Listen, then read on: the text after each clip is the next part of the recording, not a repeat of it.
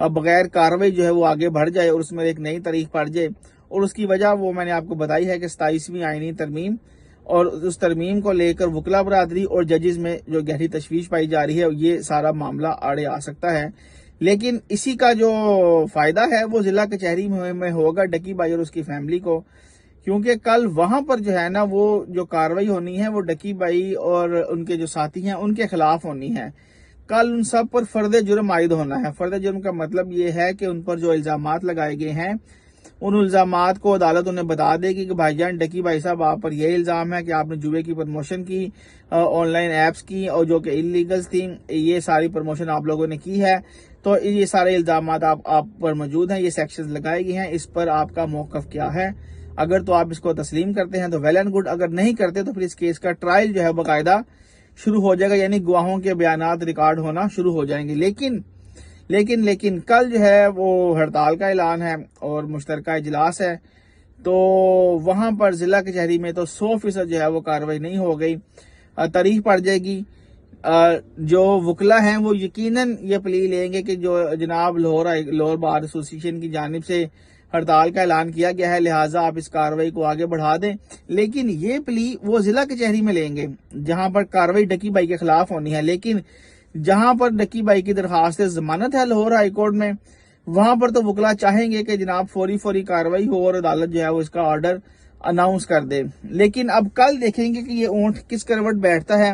امکانات میں نے آپ کو بتا دیے ہیں اور کہانی بھی ساری سمجھا دی ہے کہ کیوں یہ سماعت نہیں ہو سکتی، اور اگر ہوئی تو وہاں پر کارروائی کیا ہو سکتی ہے۔ کل اب اس میں دیکھیں گے مزید چیزیں کیا سامنے آتی ہیں۔ جو کاز لسٹ ہے وہ تو آ چکی ہے، آپ سب کے علم میں ہے کہ ہم ڈے 1 سے آپ کو یہ کیس رپورٹ کر رہے ہیں، اور اس میں جو پیش رفت ہوتی ہے وہ بغیر کسی لگی لپٹی کے ہم آپ کے سامنے رکھ دیتے ہیں، چاہے اس کا فائدہ ڈکی بھائی کو ہو یا اس کا فائدہ NCCIA کو ہو یا کسی بھی فریق کو ہو، ہمارا اسے لینا دینا نہیں ہے۔ ہمارا صرف لینا دینا یہ ہے کہ ہم نے کیس کے جو فیکٹس ہیں وہ آپ کے سامنے رکھنے ہیں، اور آپ لوگ یہ ڈیسائیڈ کریں گے کہ کون اس میں سچا ہے، کون جھوٹا ہے، کون اس کیس کو ٹھیک چلا رہا ہے، کون اس کیس کو ٹھیک نہیں چلا رہا۔ تو ہمارا کام ہے کیس کو رپورٹ کرنا، آپ کو فیکٹس کے متعلق آگاہ کرنا، جو ڈیولپمنٹس ہو وہ آپ کو بتانا۔ تو وہ میں نے آپ کو بتا دیا ہے۔ پریس ریلیز آ گئی ہے لاہور ہائی کورٹ بار ایسوسی ایشن کی، اس نے جسٹس شمس محمود مرزا کو مستعفی ہونے پر مبارکباد پیش کی، خراج تحسین پیش کیا، اور ساتھ ہی ساتھ یہ بھی کہا کہ لاہور ہائی کورٹ کے باقی ججز بھی جو سمجھتے ہیں کہ 27ویں آئینی ترمیم درست نہیں ہے، وہ بھی اپنے عہدوں سے استعفیٰ دیں اور یہاں پر ہمارے ساتھ آگے کھڑے ہوں، ہم ایک تحریک چلائیں اور اس تحریک کے نتیجے میں آئین کو بحال کریں، یہ ان کا کہنا ہے۔ اور اس کو لے کر کل جو ہے وہ لاہور ہائی کورٹ بار ایسوسی ایشن میں بڑی گہما گہمی بھی ہوگی، تقریریں ہوں گی دھواں دار، وہاں پر وکلا آئیں گے۔ تو کل دیکھیں گے کہ لاہور ہائی کورٹ سے ڈکی بھائی کو ریلیف ملتا ہے یا نہیں ملتا، لیکن ضلع کچہری میں تو ریلیف کل 100% پکا نظر آ رہا ہے،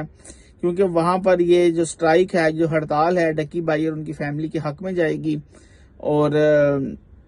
بڑا زبردست جو ہے وہ ماحول بنا ہوا ہے ڈکی بھائی کے کیس کو لے کر۔ بہت سے لوگ امیدیں لگائے بیٹھے ہیں اور انتظار کر رہے ہیں کہ کل جو ہے کوئی نہ کوئی فیصلہ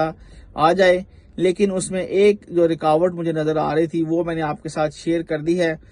ہو سکتا ہے کہ یہ رکاوٹ دور ہو جائے اور جسٹس شہرام سرور چودھری کہیں کہ جناب میری کورٹ کی سٹرائک نہیں ہوگی، میری کورٹ میں وکلا کو پیش ہونا پڑے گا اور میں کیسز کی سماعت کروں گا، تو یہ بھی امکان ہے۔ لیکن وہ یہ بھی کہہ سکتے ہیں کہ جناب اگر ہائی کورٹ بار ایسوسی ایشن نے سٹرائک کی کال دی ہے تو ہم اس کو فالو کریں گے، اور آج کیس جو ہے وہ بغیر کارروائی ملتوی ہو جائے گا۔ تو یہ دونوں صورتیں تو موجود ہیں، وہ دونوں صورتیں میں نے آپ کے سامنے رکھ دی ہیں، تو اس لیے زیادہ امیدیں مت باندھیں، کیونکہ کل جو ہے وہ حالات کچھ بھی ہو سکتے ہیں،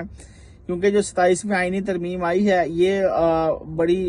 بہت بڑی بات ہے، اور وکلا برادری اس کو ہضم نہیں کر پا رہی، ججز کو بہت سے جو ججز ہیں وہ اس کو ہضم نہیں کر پا رہے۔ تو دیکھتے ہیں کہ کل کیا ہوگا، اور جو بھی ہوگا وہ ہم آپ کے ساتھ اسی وقت شیئر کر دیں گے، اور ضلع کچہری سے بھی آپ کو بتاتے رہیں گے کہ وہاں پر کیا کارروائی ہوئی، ہائی کورٹ سے بھی آپ کو بتائیں گے کیا یہاں پر کیا کارروائی ہوئی۔ تو ابھی میرے پاس جو اپڈیٹ آئی تھی لیٹسٹ وہ میں نے آپ کے ساتھ شیئر کر دی ہے۔ امید ہے آپ کو یہ انفارمیشن اچھی لگی ہوگی۔ اگر واقعی آپ کو یہ انفارمیشن اچھی لگی ہے تو ہمارے چینل کو آپ سبسکرائب کر لیں اور کمنٹ سیکشن میں بھی بتائیے گا، اور زیادہ سے زیادہ شیئر بھی کیجیے گا تاکہ ہماری ہر آنے والی ویڈیو آپ تک پہنچتی رہے۔ مجھے اجازت دیجیے، اللہ حافظ۔